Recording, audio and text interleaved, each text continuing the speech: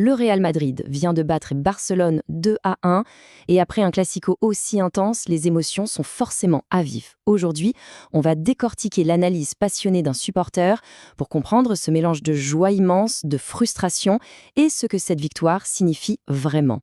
On commence avec cette phase, parce qu'elle dit tout. C'est la première chose qui est sortie, ce sentiment de soulagement quasi physique.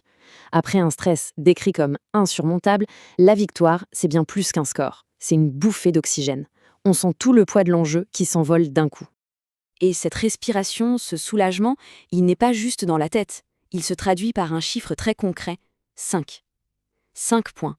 C'est l'avance que le Real prend sur le Barça au classement. Ce n'est plus juste une émotion, là c'est un avantage stratégique, tangible. Et c'est là que ça devient intéressant, parce que malgré le soulagement et l'avance au classement, eh bien tout n'était pas parfait. Loin de là. Une frustration tenace est venue un peu gâcher la fête. C'est ce paradoxe qu'on va explorer. Mais bon, avant de plonger dans ce qui fâche, il faut bien comprendre pourquoi cette victoire était si importante. Concentrons-nous d'abord sur l'immense soulagement et la taille de l'exploit.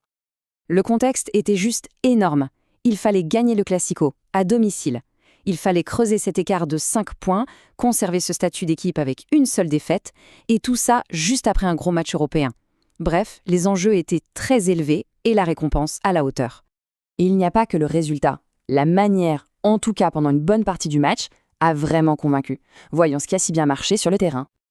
Enfin, voilà le mot qui revient. Le passage à un milieu à 4. Apparemment, c'était espéré depuis des mois. Ce réajustement, qui a été possible avec le retour de Bellingham, a été vu comme la clé de la domination du Real. Et la première mi-temps, c'est l'exemple parfait. On a vu un Real qui n'attendait pas, qui allait chercher le ballon très haut, avec une pression folle et une vraie rage de vaincre. C'était une démonstration de force, tout simplement. Ce sentiment est tellement puissant qu'il est résumé par cette phrase « J'ai vu un Real Madrid des années où il gagne un trophée majeur ». Ce n'était pas juste un bon match, c'était la performance d'un futur champion. Et c'est ici que tout bascule.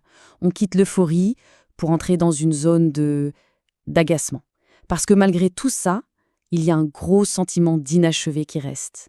On repose la question, mais cette fois-ci, la réponse est un grand non. Et les mots ne sont pas mâchés pour expliquer pourquoi. Voilà, c'est dit, c'est direct, c'est cash. Le cœur de la critique, c'est ce sentiment que le Real est passé à côté de quelque chose, qu'il a laissé une porte entrouverte alors qu'elle aurait dû être claquée et verrouillée. Et le voilà, le décalage qui illustre toute la frustration.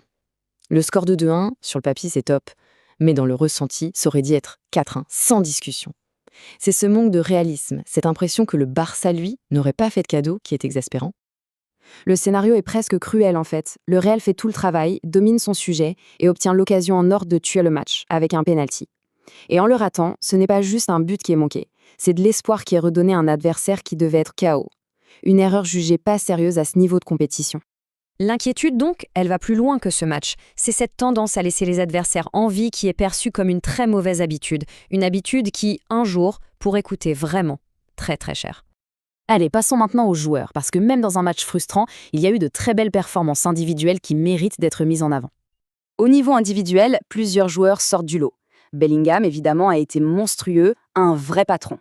En défense, la perf de Carrera s'est saluée pour avoir complètement neutralisé la star du Barça. Le seul petit bémol, c'est pour Vinicius, dont la sortie est jugée trop rapide. Il aurait pu être l'arme parfaite pour justement, enfin, tuer ce match. Mais au-delà de ces trois-là, c'est toute l'équipe de départ qui est jugée 100% solide. La charnière centrale, l'apport de Valverde à droite, le sentiment général, c'est qu'il n'y avait aucun maillon faible dans le 11 titulaire. Alors comment on réconcilie cette joie immense et cette frustration profonde ? Eh bien, en prenant un peu de hauteur. C'est là que l'analyse devient vraiment intéressante. La clé de lecture, c'est de ne pas voir ce match comme une fin en soi, mais comme une étape. Le fait même d'être frustré par une victoire 2-1 dans un classico, ça prouve que les attentes ont changé, que l'équipe vise beaucoup plus haut. Et ça, c'est un signe de progression. Cette citation, elle est parfaite, elle résume tout. Plutôt que de rester bloqué sur la frustration, le choix est fait de saluer la progression. C'est le chemin qui est parcouru qui compte, plus que la perfection d'un instant T. En fin de compte, les bénéfices à long terme sont bien plus importants que la frustration du moment. Cette victoire, même imparfaite, elle sert de tremplin. Elle bâtit de la confiance, elle assoit une supériorité sur le rival et elle valide un projet de jeu. C'est la fondation sur laquelle le reste de la saison va pouvoir se construire. Et on termine donc sur cette question. Et si, finalement, c'était justement parce qu'elle n'était pas parfaite que cette victoire était si fondatrice? Une victoire qui laisse des leçons à retenir, des choses à améliorer, mais qui pourrait bien être le vrai point de départ de la saison du Real Madrid.